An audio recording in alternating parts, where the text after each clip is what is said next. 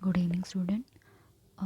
हमारा law of combination के बारे में, थ्योरीज़ के बारे में पढ़ रहे थे। Some basic concept of chemistry का ही पार्ट था। तो स्टार्टिंग में हमने दो लॉज के बारे में पढ़ लिया था, law of conservation of mass वाला, और सेकंड था लॉ ऑफ कांस्टेंट कंपोजिशन या डेफिनेट प्रोपोर्शन के बारे में। अब नेक्स्ट हमारा लॉ है लॉ ऑफ मल्टीपल प्रोपोर्शंस।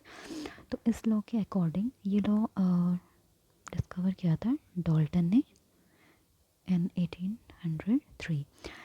इस लॉ में डाल्टन ने बोला था कि जब दो एलिमेंट कंबाइन होके एक से ज़्यादा कंपाउंड का फॉर्मेशन करते हैं तो जो उसका मासेस होता है, एक कंपाउंड को फिक्स रखना पड़ता है। तो जो अदर एलिमेंट है उसका जब हम रेशियो निकालते हैं तो वो क्या निकलता है, उसका simple whole number ratio.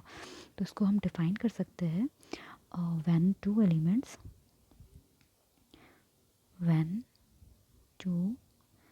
Elements combine to form more than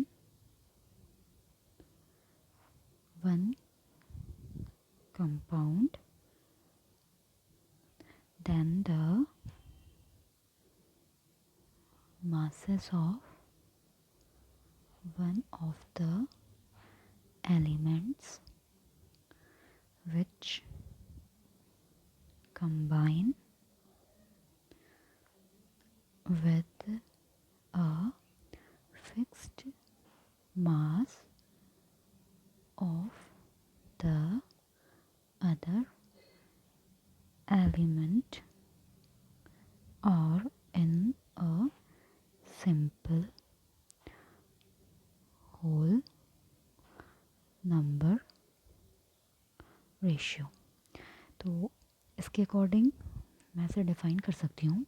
तो हिंदी में मैं बोल सकती हूँ, जब एलिमेंट्स को तत्व, तो जब दो तत्व को मिलाते हैं तो एक से अधिक यौगिक जब बनता है तो उसमें से एक तत्व का जो द्रव्यमान होता है, अगर उसको हम फिक्स्ड मान लेंगे तो वो दूसरे तत्व के निश्चित द्रव्यमान के समान जुड़ के तो वो एक सरल पूर्णांक बनाता है। मतलब सरल पूर्णांक मतलब सिंपल होल नंबर रेशियो बनाता है। अगर इसको हम एग्जांपल में दे सकते हैं, जैसे फर्स्ट एग्जांपल हमारा है, अगर जैसे हम एक एलिमेंट हमारा कार्बन है, दूसरा एलिमेंट हमारा ऑक्सीजन है, अगर दोनों को हमने कंबाइन किया तो पहले हमारा फॉर्मेशन किसका होता है, ये हमारा कंपाउंड बना कार्बन मोनोऑक्साइड, सेकेंड हमारा बना CO2 गैस। तो अगर हम कार्बन को, हमारा मास हमें पता है कितना होता है, 12 होता है, और ऑक्सीजन का कितना होता है, 16 होता है, ठीक है। और इसमें कार्बन का कितना मास होगा, 12, और इसका कितना होगा, 16 टू ज़ा 32, तो कितना आ गया 32। फिर इसको हमें एक एलिमेंट को क्या बोला इसने कि व्हेन टू एलिमेंट्स, जब दो एलिमेंट, एक कार्बन एक oxygen, when two elements combine, जब दोनों को जोड़ते हैं तो मोर देन वन कंपाउंड, एक से जब दो कंपाउंड का फॉर्मेशन होता है, देन द मासेस ऑफ, तो ये जो मास है ये 12 ग्राम और 16 ग्राम क्या है, कार्बन का मास 12 ग्राम है और ऑक्सीजन का 16 ग्राम है। तो one of the element which combine with the fixed mass of the other, तो एक को हमें फिक्स रखना पड़ेगा, तो जो अदर वाला एलिमेंट है उसका जब होल नंबर रेशियो निकालेंगे तो वो हमारा सिंपल होल नंबर रेशियो निकल के आए। तो हमने कार्बन की रेशियो को फिक्स कर लिया क्योंकि ये 12 है, ये भी 12 है। तो अगर जब ऑक्सीजन और ये दूसरे का निकालेंगे तो ये 16 हुआ और ये कितना हुआ 32, तो 16 16 16 टू 32, तो ये हमारा 1:2 है, ये सिंपल होल नंबर रेशियो में इसका फॉर्म होगा, ठीक है। और नेक्स्ट जैसे कि मान लो और नेक्स्ट एग्जाम्पल मान लो, जैसे हाइड्रोजन और ऑक्सीजन को हम मिक्स करेंगे तो हमारा बनता है वाटर, और दूसरा हमारा क्या बनता है, H2O2, हाइड्रोजन पर ऑक्साइड, तो इसका फॉर्मेशन होता है। तो हाइड्रोजन आपको पता है कि 2 ग्राम होता है, वन इसका एटॉमिक नंबर होता है 2 1 2, ऑक्सीजन का कितना होता है 16, और यहाँ पे भी कितना आएगा 2, और ये कितना होगा 16 2 32। तो इसको हमने हाइड्रोजन को फिक्स मान लिया, ठीक है, एक को हमें फिक्स मानना पड़ेगा, एक एलिमेंट को। फिर जब हम अदर वाले को निकालेंगे तो अदर वाला ऑक्सीजन को अगर मानेंगे और तो O/O2, तो 16:32, तो ये हमारा कितना आएगा एज इट इज़ जो पहले आया था, तो 1:2। तो ये हमारा क्या आया, सिंपल होल नंबर रेशियो, ठीक है। अब नेक्स्ट एग्जांपल हम इसको मान लेते हैं, जैसे कि नेक्स्ट एग्जांपल जैसे मान लो नाइट्रोजन का है, अगर हम नाइट्रोजन और ऑक्सीजन को अगर मिक्स करेंगे तो हमारे कितने सारे ऑक्साइड का फॉर्मेशन होता है। जैसे पहला मान लो N2 वो बनता है, सेकेंड हमारा बनता है NO, तीसरा हमारा क्या उसका फॉर्मेशन होता है N2O3, चौथा हमारा बनता है N2O4,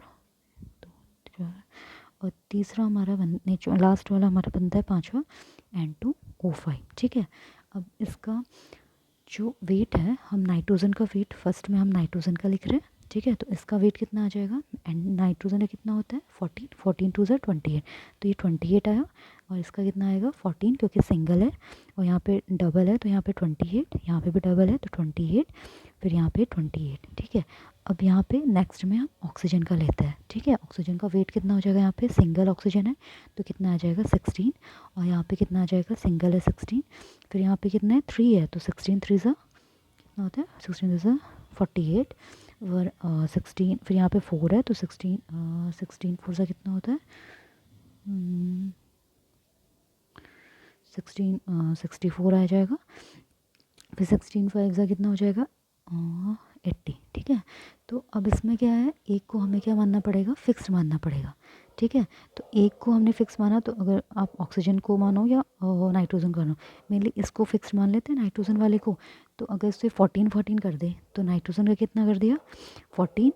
ठीक है, इसको अगर 14, इसको हमने फिक्स माना है, इसको या तो 28 भी कर सकते हो या तो 14, तो इसका 14, इसका 14। ठीक है, अब यहाँ पे हमने इसको हाफ़ करा था, यहाँ पे 28 का हाफ हमने 14 करा था, तो यहाँ पे इसका हाफ कितना हो जाएगा, अब ऑक्सीजन का यहाँ पे नाइट्रोजन को फिक्स कर लिया था, तो ऑक्सीजन तो ये यहाँ पे ऑक्सीजन कितना आ जाएगा 8, और यहाँ पे हमारा ये 14 का 14 ही था, तो यहाँ पे हमें करने की ज़रूरत नहीं पड़ेगी, 16 लिखना पड़ेगा। अब यहाँ पे हमने क्या करा था, हाफ़ करा था 16 का, तो यहाँ पे भी इसको हाफ़ करना पड़ेगा, तो कितना हो जाएगा 24, फिर यहाँ पे भी हमारा हाफ़ करा था, तो यहाँ पे ऑक्सीजन का भी हाफ़ हो जाएगा, तो कितना हो जाएगा 32, यहाँ पे भी हमने हाफ़ करा था क्योंकि 28 का था, तो यहाँ पे कितना हो जाएगा 40। तो हमारा ये तो हमारा फिक्स हो गया नाइट्रोजन का, और अगर हम ऑक्सीजन का देखेंगे तो हमारा ऑक्सीजन कितना आ रहा है 8:16:24:32:40। अगर हम इसको होल नंबर रेशियो में लिखा है तो 8 1 ज़ा 8, 8 2 ज़ा 16, 8 3 ज़ा 24, 8 4 ज़ा 32, 8 5 ज़ा 45। तो हमारे सिंपल होल नंबर रेशियो कितना आ रहा है 1:2:3:4:5। तो ये हमारा simple whole number ratio. Hope you like this class. अगर आपको कोई क्वेरी है तो आप कमेंट कर सकते हैं। अगर आपको ये क्लास पसंद आई तो लाइक एंड शेयर करिएगा। Thank you so much and all the best आपके आने वाले एग्ज़ाम के लिए। Thank you.